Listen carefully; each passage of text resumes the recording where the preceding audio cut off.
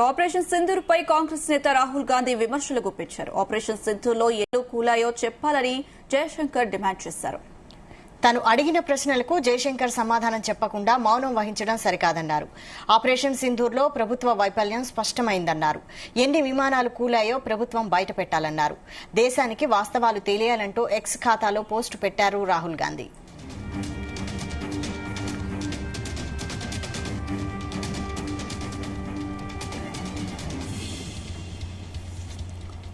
ఇదే అంశంపై మరిన్ని details chief news coordinator Radhakrishna అందిస్తారు. రాధాకృష్ణ. Good afternoon Vaishali.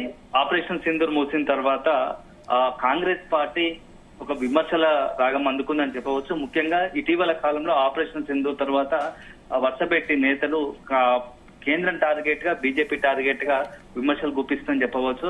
ఇటీవల కాలంలో అక్కడ ఉన్నటువంటి ఏఐసీసీ అధ్యక్షుడు మల్లికార్జున్ ఖర్గే కూడా ఆపరేషన్ సింధూర్ సంబంధించినటువంటి విషయంలో, అదేవిధంగా పహల్గాం దాడి ఘటన విషయంలో కేంద్రం ఫెయిల్యూర్ అయింది.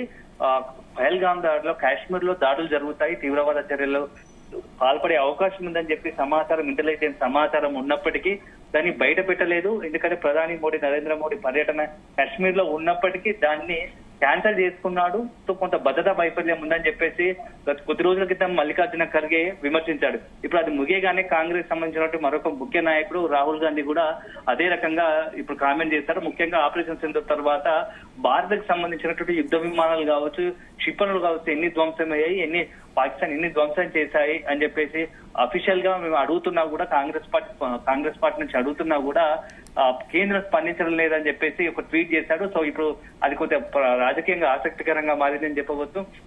రాహుల్ గాంధీ జయశంకర్ ఉద్దేశించి ఒక ఎక్స్ లో ఒక ట్వీట్ చేశాడు, ప్రశ్నించాడు. మొత్తంగా కూడా ఆపరేషన్ సింధూర్ తర్వాత పాకిస్తాన్ దాడిలో కావచ్చు, లేకుంటే ఎన్ని యుద్ధ విమానాలు భారత్ నేలకూలాయో స్పష్టమైన అధికారికంగా ప్రకటన చేయాలి అని చెప్పేసి విమర్శలు గుప్పిస్తూ ఒక ప్రశ్న ఇచ్చాడు కేంద్రం. సో దీనిపైన ఇప్పటి వరకు ఎటువంటి సమాచారం ఇవ్వడం, ఎందుకు దాచిపెడుతున్నారు, ప్రజలందరికీ కూడా, యావత్ భారత ప్రజలందరికీ కూడా మొత్తంగా కూడా ఏం జరిగిందో, ఆపరేషన్ సింధూర్ లో జరిగినటువంటి నష్టానికి సంబంధించినటువంటి వివరణ ఇవ్వాల్సిన అవసరం ఎంతైనా ఉందని చెప్పేసి ట్వీట్ చేశాడు. సో ఇప్పుడు ఇది రాజకీయంగా రెండు పార్టీల మధ్య కావచ్చు, కేంద్రం సంబంధించినటువంటి ఎన్డీఏ, అదేవిధంగా ఇండియా కూటమి మధ్య ఒక విమర్శలకు పాల్పడే అవకాశం కనబడుతోంది. రెండు మధ్య పొలిటికల్ యుద్ధంగా మారే పరిస్థితి కనబడుతోంది. ఇటీవల కాలంలో రాజకీయంగా అంటే మొత్తం మొన్నటి వరకు దేశం మొత్తం, యావత్ దేశం అంతా కూడా పాకిస్తాన్ సంబంధించి తీవ్రవాదము, పాకిస్తాన్ విషయంలో ముక్త కంఠంతో ఒకే తాటిపై ఉన్నటువంటి మొత్తంగా యావత్ జనం, ప్రతిపక్ష పార్టీలు, అధికార పక్షం కూడా. కానీ ఇప్పుడు ఏదైతే మొత్తంగా యుద్ధము వాతావరణం సమిచిపోయింది, ప్రశాంతంగా ఎదుగుతున్న సందర్భంలో ఇప్పుడు రాజకీయంగా యుద్ధం మొదలైందని చెప్పవచ్చు.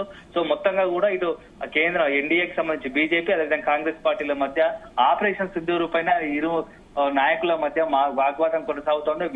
ప్రతి విమర్శలు వస్తున్నాయి. ఎందుకంటే ఆపరేషన్ సింధూర్ తో అక్కడ ఉన్నటువంటి పాకిస్తాన్ భూభాగంలో ఉన్నట్టు దాదాపుగా 9 తీవ్రవాద శిబిరాలపై ఏకకాలంలో దాడులకు దిగి మొత్తంగా కూడా తీవ్రవాద శిబిరాలు ధ్వంసం చేశాయి.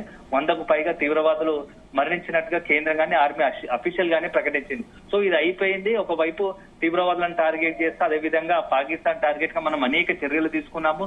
వాటికి సంబంధించి పాకిస్తాన్ పూర్తి స్థాయిలో కట్టడి చేసే ప్రయత్నం చేశాము. పాకిస్తాన్ సంబంధించినటువంటి మరొకసారి భారత్ జోలి రాకుండా మొత్తంగా కూడా కట్టడి చేసే ప్రయత్నంలో కేంద్రం ఒక రకంగా సక్సెస్ అయింది. అంతర్జాతీయంగా కూడా పాకిస్తాన్ ఒంటరి చేసే ప్రయత్నంలో సక్సెస్ అయిందని చెప్పవచ్చు. సో ఇది ఇటీవల ఉంటుండగానే దౌత్యపరంగా కూడా ఎంపీలకు సంబంధించి అదేవిధంగా ప్రతిపక్ష పార్టీకి సంబంధించి ఎంపీలతో కమిటీలు వేసి దౌత్యపరంగా కూడా అంతర్జాతీయంగా పాకిస్తాన్ సంబంధించినటువంటి తీవ్రవాద భావజాలం కావచ్చు, తీవ్రవాదాన్ని పెంచి పోషిస్తున్న తీరును కావచ్చు తెలియజేయాలని చెప్పేసి ఎంపీలతో కమిటీలు వేసి కూడా కేంద్రం ఒకవైపు ఇది నిర్వహిస్తుంటే, మరోవైపు దీని మొత్తంగా కూడా వ్యవహారం అంతా పాకిస్తాన్ తో ప్రస్తుతం నెలకొన్న పరిస్థితులు కావచ్చు, ఆపరేషన్ సింధూర్, పహల్గాం దాడి ఘటన, వీటన్నిటిపైన ఇప్పుడు పొలిటికల్ టర్న్ తీసుకుంటున్నాయి.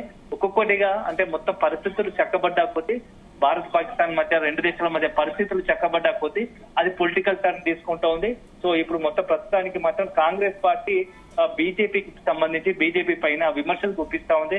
అసలు ఆపరేషన్ సింధూర్ చేపట్టిన కారణం ఏంది, ఆపరేషన్ సింధూర్ వల్ల నష్టం జరిగిందా, ఒకవేళ యుద్ధ విమానాలు కూలిపోయా? ఎందుకంటే పాకిస్తాన్ కావచ్చు, ఇతరత్ర కొంత సోషల్ మీడియాలో భారత్ సంబంధించినటువంటి రఫేల్ విమానాలు నేల కూలాయని చెప్పేసి కొన్ని యుద్ధ విమానాలు పాడైపోయాయని చెప్పి నేల కూల్చారని చెప్పేసి పాకిస్తాన్ సంబంధించిన ఆర్మీ అని చెప్పేసి పెద్ద ఎత్తున ఒక సోషల్ మీడియాలో వైరల్ అవుతాయి. ఈ నేపథ్యంలో జయశంకర్ ఉద్దేశిస్తూ రాహుల్ గాంధీ కాంగ్రెస్ యువనేత రాహుల్ గాంధీ ట్వీట్ చేయడం, దానికి సంబంధించి ఇప్పుడు మొత్తంగా కూడా రెండు పార్టీలకు సంబంధించి బీజేపీ కాంగ్రెస్ మధ్య పొలిటికల్ యుద్ధంగా టర్న్ తీసుకునే అవకాశాలు కనపడుతున్నాయి. సో ప్రస్తుతానికి మాత్రం ఆపరేషన్ సింధూర్ కొనసాగుతుందని కేంద్రం చెప్తుంది. అదే సందర్భంలో ఆపరేషన్ సింధూర్ కొనసాగుతుంది. సరే, ఆపరేషన్ సింధూర్ వల్ల మొన్న జరిగిన దాడి వల్ల ఏదైతే ఆపరేషన్ సింధూర్ చేపట్టామో దాని వల్ల జరిగిన నష్టం ఏంటి, ఏమైనా నష్టం జరిగిందా, అది దేశ ప్రజలు తేలాల్సిన అవసరం ఉంది కదా అని చెప్పేసి ఇటు కాంగ్రెస్ ప్రశ్నిస్తోంది. సో బీజేపీ మాత్రం దేశం ఒకవైపు, అందరూ ఒకవైపు ఉంటే కాంగ్రెస్ మాత్రం దీంట్లో కూడా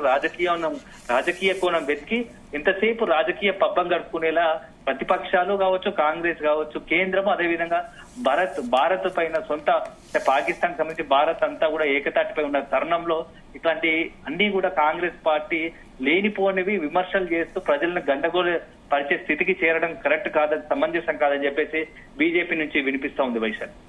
రైట్, థ్యాంక్ యూ రాధాకృష్ణ.